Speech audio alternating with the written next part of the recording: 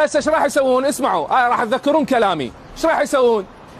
يومين 3 أو 4 أيام بالكثير، اسبوع، راح يشوفون الدفاع المدني يفترون بكل ابنيه ومولات المحافظات العراقيه، وراها بيوم يومين ينتهي الموضوع، وكان الله يحب المحسنين ولا كأنما اكو شيء صار، وتتفاجئون بعد 2 أو 3 أو 6 أشهر هم تصير فاجعه جديده، وهم يرجعون يشكلون مجالس تحقيقيه.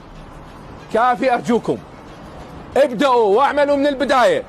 احاسب واسجن واسحب رخصه بناء واسد بنايات ومولات في سبيل انه هذه الحوادث ما تتكرر، مو لمن توقع وتبقون تعزون وتشكلون مجالس تحقيقيه. هاي السوالف بطلوها، تمام؟ هاي ارواح ناس.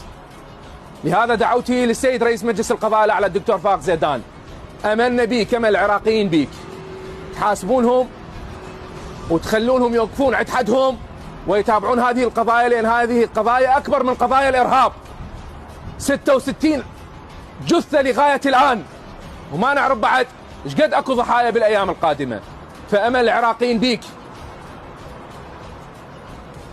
رجاء اكسروا ظهورهم، بس هاي اقول لك، لان اكو اطفال ونساء وشباب راحوا بليله ظلمه نتيجه لتقصير او فساد او اهمال او لا مبالاه. الله يكون بعون عوائل الضحايا اللي متبقين، والعار كل العار للجهات المقصره. السلام عليكم ورحمه الله وبركاته.